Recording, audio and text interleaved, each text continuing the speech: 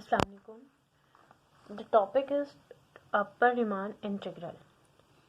The Riemann integral जो था the integration of bounded function on R. असल में डेफिनेशन तो यही मैंने आपको बतानी थी। तो उससे पहले मैंने आपको जितने भी interval, partition, lower Riemann sum, अपर रीमान सम, इसके बारे में डिटेल से बताया। आज मैं आपको ये बताऊंगी कि अपर रीमान इंटीग्रल क्या होता है। मैंने आपको अपर रीमान सम तो बताया था,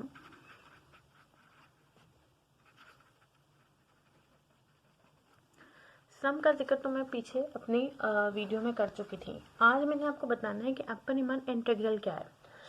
उसको इतने डिटेल में नहीं बताऊंगी मैं, आप मेरी पिछली वीडियो को देखिएगा अगर आप इसके सम को समझना चाहते हैं कि सम क्या है। ठीक है, आज हम देखते हैं integral. Let f a and b to r be a bounded function, then the upper Riemann integral is denoted by uf or a and b. आप यहाँ देख रहे हैं कि डैश लगाएंगे आप a और b के साथ f of x dx। इस तरीके से इसको क्या किया जाता है, डिनोट किया जाता है। और डिफाइन कैसे किया जाता है, infimum of u p f and p is a partition of a b। असल में जो हमें समझना है इस चीज़ का मतलब समझना है। असल में हमने किस चीज़ को कहा है कि इन्फिमम ऑफ यूपीएफ। यूपीएफ जैसा कि मैंने आपको बताया था, यूपीएफ क्या है, अपर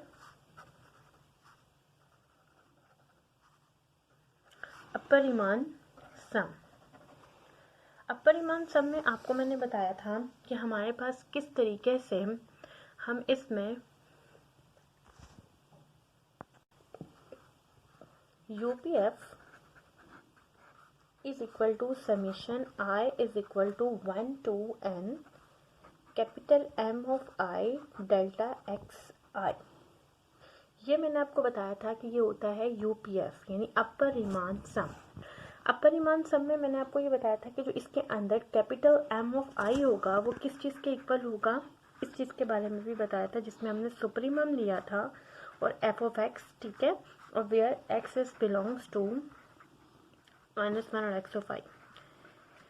ये चीज़ हमने पूरी टोटल बताई थी कि ये मेरे पास क्या होगा, यूपीएफ होगा। यानी मैं जितनी भी फंक्शन में f ऑफ x जो फंक्शन की वैल्यू है उसमें जो सबसे बड़ा वाला जो नंबर होगा, जो उसके अंदर सुप्रीमम बन रहा होगा, और सुप्रीमम का सबसे लीस्ट अपर बाउंड का सुप्रीमम का मतलब है लीस्ट अपर बाउंड, यानी जो उसका अपर बाउंड होगा उसका सबसे छोटा वाला, हमने क्या बात पढ़ी थी, अपर बाउंड का जो सबसे छोटा वाला नंबर होगा f ऑफ x, वो क्या होंगे हमारे पास m ऑफ i होंगे। ये चीज़ पढ़ी थी। अब हमें ये तो पता चल गया कि यूपीएफ क्या है। अब हमारे पास यहाँ पर जो अपर रीमान इंटीग्रल है वो हमें ये कहता है कि आप जो भी यूपीएफ बनाते हैं, अब फिर से बात है फंक्शन का बना रहे हैं। अब आपने कोई भी फंक्शन लिया है इस तरीके से, और आपको पता है कि इस तरीके से इसमें जो है ये ग्राफ है, और यहाँ हम f ऑफ x ले रहे हैं जो कि फंक्शन की क्या है, वैल्यूज़ हैं। इन वैल्यूज़ के अंदर जो हमारे पास हर बनने वाला जो m1 था, m2 था, वो हमने बताया आपको कि किस तरीके से जो भी f ऑफ x होगा उसमें जो हमारे पास उसका लीस्ट अपर बाउंड होगा वो होगा ये m1। इसी तरीके से बताई थी ना हमने आपको ये वैल्यू कि ये होगा। अब ये टोटल यूपीएफ तो हमें किस तरीके से, इसी तरीके से हम निकाल रहे हैं ना। अब इसमें वो ये कहता है कि P is a partition of a b. P हम इसमें क्या ले रहे हैं, कलेक्शन ले रहे हैं पार्टीशन P की, यानी कलेक्शन होगी जितनी भी पार्टीशंस बन रही होंगी। जैसे इस P में किस तरह की बन रही होगी, P1, P2, P3, जितनी भी पॉसिबल पार्टीशंस होंगी टेंड्स टू इन्फिनिटी, जितनी भी पॉसिबल पार्टीशंस होंगी उन पर जितने भी आपके पास क्या होंगी, यूपीएफ क्या होंगे, अपर रीमान सम्स, जितने भी आपके पास होंगे उनके आप जो इन्फिमम लेंगे वो हमारे पास क्या होगा, इट्स अपर रीमान इंटीग्रल। इस चीज़ को समझने के लिए मैं आपको एग्जाम्पल के थ्रू बताती हूँ। देखें, मैं इस बात को बताती हूँ कि यूपीएफ जो मैंने जितनी पार्टीशन पॉसिबल होंगी उन पे कैसे निकालूंगी। देखिए, फर्स्ट वन कैसे होगा, यूपी1 और एफ, ठीक है, फिर क्या आएगा यूपी2 एंड एफ, इसी तरीके से हम निकालेंगे एंड सो ऑन इन्फिनिटी, चलता जा रहा है ये।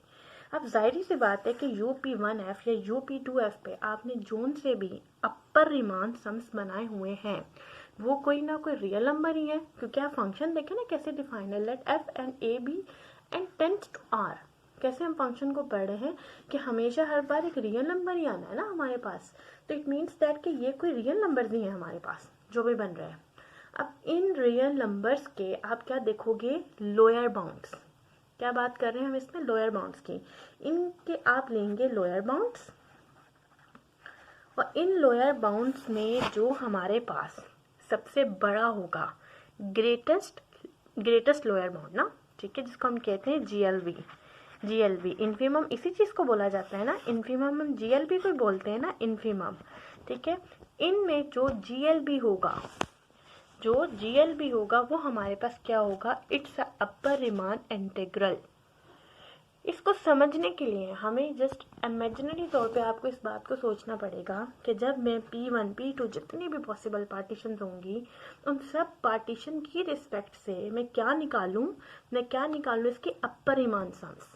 तो जाहिर सी बात है कि वो कोई रियल नंबर्स ही होंगे ना, रियल नंबर्स की वैल्यूज होंगी। और फिर मैं क्या करूं कि उनके लोअर बाउंड्स में से जो जीएलबी होगा यानी ग्रेटेस्ट लोअर बाउंड होगा, वो मेरे पास क्या बनेगा, वो इसका अपर रिमान इंटीग्रल बनेगा। आई होप कि आपको ये अच्छी तरीके से समझ आ गई होगी। अब नेक्स्ट मैं आपको बताती हूँ कि लोअर रिमान इंटीग्रल क्या होता है। Now we will move to lower Riemann integral. इसकी डेफिनेशन की तरफ मूव करते हैं। आपने अगर अभी तक मेरा चैनल सब्सक्राइब नहीं किया तो मेरा चैनल सब्सक्राइब कर दें ताकि आने वाली न्यू वीडियोस आपको मेरी मिलती रहें। Now let f a b to R be a bounded function. जब हम किसी बाउंडेड फंक्शन की बात करते हैं तो इसका मतलब ये है कि इस फंक्शन का अपर बाउंड भी है और लोअर बाउंड भी है। आई होप कि आपको ये बात पता होगी कि बाउंडेड फंक्शन क्या होता है। Then the lower Riemann integral is denoted by this. आपने देखा होगा कि लोअर रिमान इंटीग्रल में जो a है उसके इस तरफ डैश है, यानी a of dash and b and f of x dx, इस तरीके से इसको डिनोट किया जाएगा। और ये चीज़ किस तरीके से डिफाइन की जाती है, आप देख सकते हैं कि मैंने अपने प्रीवियस लेक्चर में LPF के बारे में डिटेल से बताया था, ठीक है। आप पार्ट 2 जो है वो मेरा चल रहा है, जो कि लोअर सम के नाम से होगा, अपर एंड लोअर रिमान सम के नाम से, तो आप उसको देख लीजिएगा LPF को समझने के लिए। नेक्स्ट मैं अब आपको ये बताती हूँ कि अब सुप्रीमम ऑफ LPF क्या है। देखिए LPF जो हमारे पास क्या है, it's a lower Riemann sum, ठीक है। अब हमारे पास ये जो P is a partition of a b है, इस P is a partition of a b का मतलब ये है कि it's a number of partition, या हम इसको कह सकते हैं collection of partition P of a b, यानी ए और बी की जितनी भी पॉसिबल पार्टीशंस होंगी उनकी कलेक्शन, सही, उनकी कलेक्शन को हम क्या कहेंगे, ये इस P से डिनोट, इसको P ऑफ इस तरह भी बताया जाता है कलेक्शन के हिसाब से जब हम बात करते हैं। अब यहाँ पर वो ये कह रहा है कि सब पार्टीशन पे पॉसिबल जितने भी हमारे पास लोअर सम्स बनेंगे, लाइक दिस, मैं इसको बना के दिखाती हूँ। जैसे LP1F बनेगा, ठीक है, LP2F बनेगा, है ना, फिर किस तरीके से LP3F बनेगा, एंड सो ऑन, इन्फिनिटी चलता जा रहा है ये। तो इसमें बनने वाले ऑब्वियस सी बात है, जो मैंने आपको बताया कि LPF जो है, चूंकि वो एक फंक्शन की वैल्यू है, फंक्शन की वैल्यू का रियल नंबर ही है ना, ठीक है, और हर पार्टीशन के रेस्पेक्ट से हमने उसको निकालना है उस LPF को।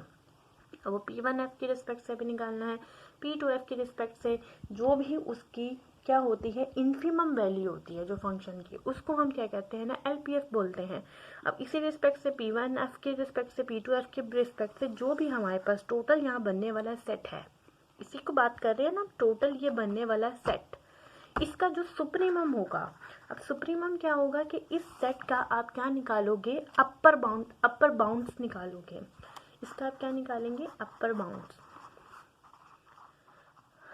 बाउंड्स का जो सेट होगा, सुप्रीमम और अपर बाउंड इन्फीमम, इसके बारे में भी डिटेल से मैं अपनी पिछली वीडियो में बता चुकी हूँ।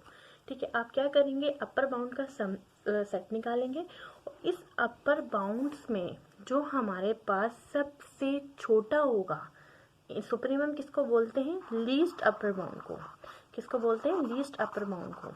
ठीक, इसमें जो सबसे छोटा वाला सुप्रीमम किसको बोलते हैं, लीस्ट अपर बाउंड को। तो इसमें जो सबसे छोटा होगा उन अपर बाउंड्स में वो हमारे पास क्या होगा, lower Riemann integral.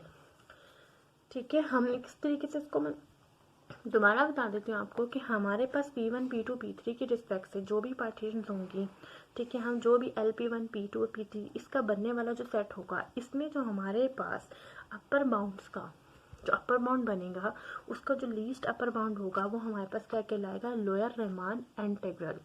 Now we will move to its main definition, that is the Riemann integrable function क्या होता है। Now we will move to the Riemann integrable definition. When upper integral of f over ab is equal to the lower integral of f. अब चूंकि मैंने अभी पीछे upper integral भी आपको बता दिया क्या होता है, लाइक दिस, और लोअर इंटीग्रल भी बता दिया। डेफिनेशन हमें ये कहती है कि जब हमारे पास upper integral of f over A B equal होगा to the lower integral of f over A B के, then f is said to be a Riemann integrable or simply integrable over ab, that is a b dash f d of x is equal to a dash b of f of x dx is equal to a b f n dx। तो तब हमारे पास ये function क्या हो जाएगा, the Riemann integrable हो जाएगा। ठीक है, इसके अंदर जो मेन डेफिनेशन है वो यही है कि हमें ये बात समझ में आए अच्छी तरीके से कि लोअर इंटीग्रल सम लोअर हमारे पास जो रीमान इंटीग्रल था और जो अपर रीमान इंटीग्रल था वो क्या होता है, जो मैं आपको भी पीछे तफसील से बता चुकी हूँ। जब वो उन दोनों का आंसर सेम होगा तो हमारे पास हम ये कह देंगे कि जो हमारे पास फंक्शन है वो क्या है, द रीमान इंटीग्रेबल है। आई होप कि आपको आज का लेक्चर जो मेन डेफिनेशन थी, आई होप कि आपको अच्छे से समझ आ गई होगी। इंशाल्लाह नेक्स्ट न्यू वीडियो में नेक्स्ट लेक्चर के साथ मुलाकात होगी। अल्लाह हाफिज़।